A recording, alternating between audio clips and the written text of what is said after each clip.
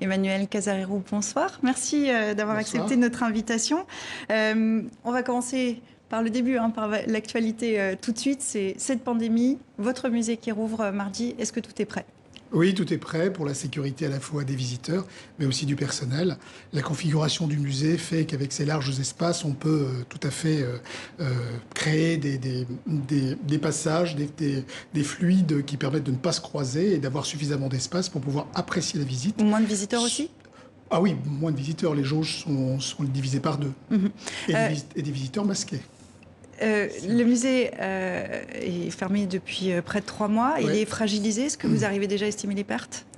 Oui, forcément, il n'y a plus de public, il y a une perte en billetterie, il y a une perte aussi dans tout ce qui sont les activités. Il y a une perte surtout en médiation, c'est-à-dire toutes ces hommes et femmes qui donnent vie, qui donnent parole à nos objets et qui ne peuvent pas travailler depuis quelques mois. Oui. Bon, ça, mardi, ça reprend. Mardi, ça reprend, on l'espère, on croise les doigts. Voilà, vous souhaite une bonne réouverture. On en vient maintenant à vous, puisque je le disais, vous êtes le nouveau président de cette institution parisienne. Ce poste à la tête du Quai Branly, c'est l'achèvement, la suite logique de votre carrière. Vous en êtes fier ? Oui, j'en suis évidemment très fier, mais parce que c'est effectivement la première fois qu'il y a un ultramarin en fait qui dirige un musée parisien de cette ampleur. C'est aussi le couronnement d'une carrière assez atypique finalement, puisque j'ai commencé au musée de Nouméa il y a assez longtemps, puis au centre Chibaou. Mais malgré tout, il y a un certain nombre de constances, c'est-à-dire l'idée que la culture et le patrimoine sont des chemins pour l'avenir. Et ce sont des éléments de réflexion et que les musées sont ces espaces où on peut dialoguer en utilisant les témoins du passé que sont les collections dans toute leur histoire extrêmement complexe qui nous interroge toujours aujourd'hui. Alors vous l'évoquiez, vous le disiez à l'instant, vous avez dirigé le centre culturel Chibaou, qui est un grand centre océanien. Oui. On a l'impression quand même que les Outre-mer sont un peu les parents pauvres, les oubliés de la culture vue de métropole. Est-ce que vous confirmez ? Non, il faut voir dans chaque Outre-mer, parce que chaque Outre-mer est singulier, a son histoire.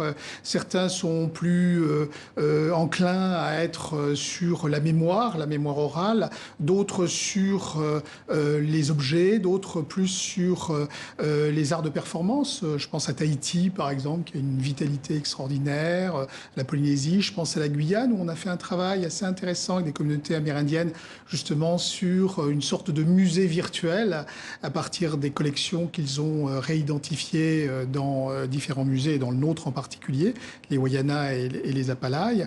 Je pense aussi, là on voit des images de la Fondation Clément, il y a une vitalité aussi en Martinique qui est fantastique. Mais il y a cette idée, alors justement, que nous dit la Fondation Clément aussi, que souvent, parfois, c'est le privé qui pallie peut-être l'absence du public. Ça dépend des territoires, ça dépend des endroits. En Calédonie, c'est plutôt le public et le privé est très peu présent.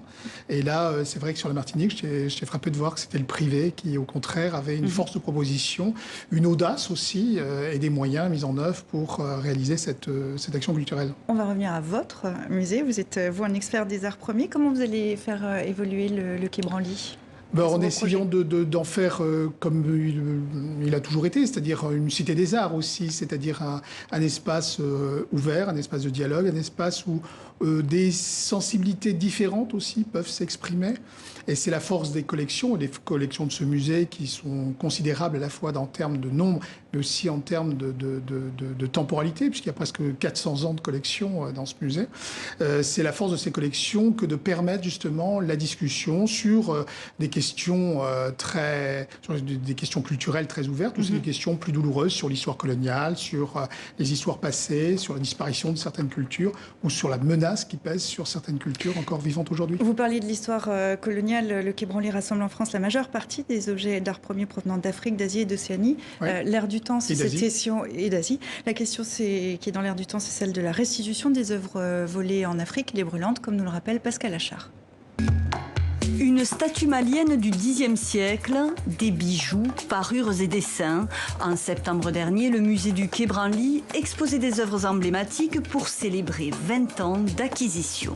C'est à la fois la question de l'identité, de la reconnaissance des arts non occidentaux, et puis les coulisses qui montrent comment en fait on acquiert dans un musée national.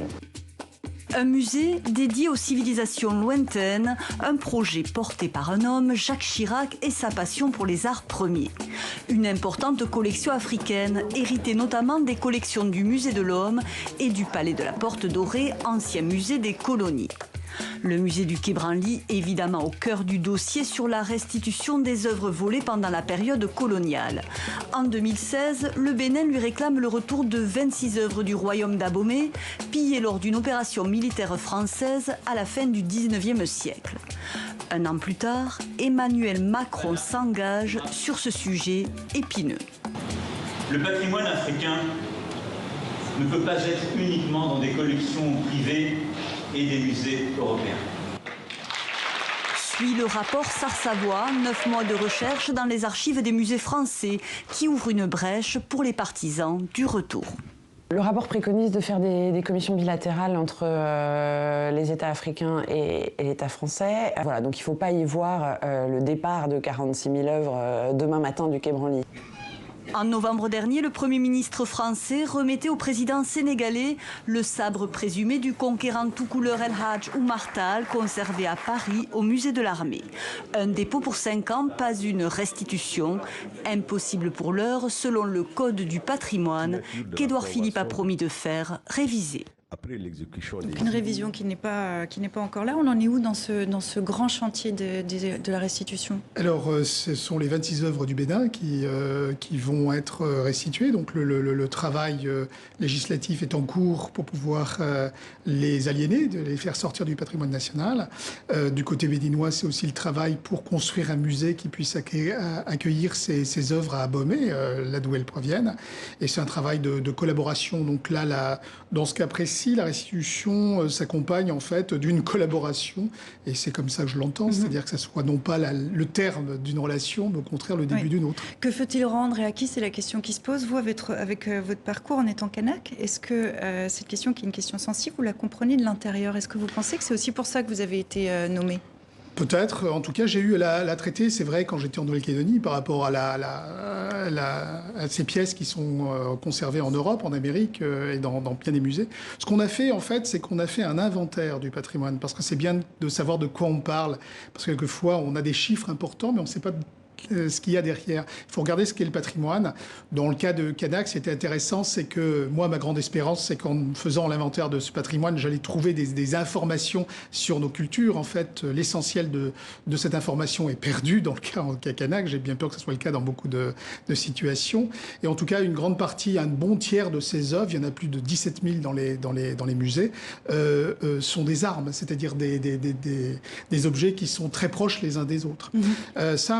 Ça permet de savoir de quoi on parle, ça permet de créer aussi des circulations d'œuvres.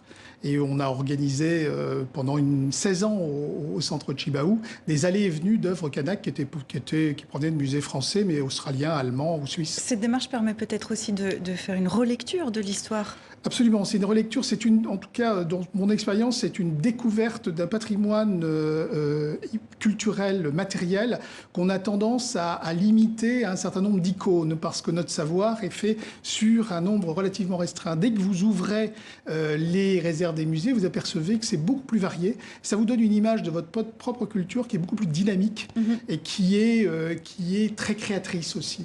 Donc je pense que c'est un bon travail à faire. Ce débat s'inscrit de la restitution s'inscrit aussi dans un contexte plus général de décolonisation et de la question du racisme aussi qui est là. On l'a vu beaucoup cette semaine dans l'actualité. Adama Traoré en France, George Floyd aux États-Unis.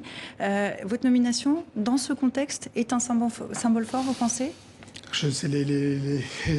Les citoyens et vos auditeurs en jugeront. Je pense qu'effectivement, ces images très tristes qu'on voit de George Floyd, qui m'ont profondément affecté, mais comme je crois beaucoup de gens, montrent qu'il y a encore beaucoup de choses à faire et que c'est peut-être juste une petite marche vers quelque chose de plus ouvert. Et votre mission vient de commencer puisque vous venez de prendre vos fonctions et que le musée, je le rappelle, rouvre ses portes mardi. C'est mardi. Merci beaucoup Emmanuel Casarero d'avoir été notre invité. Merci à très bientôt.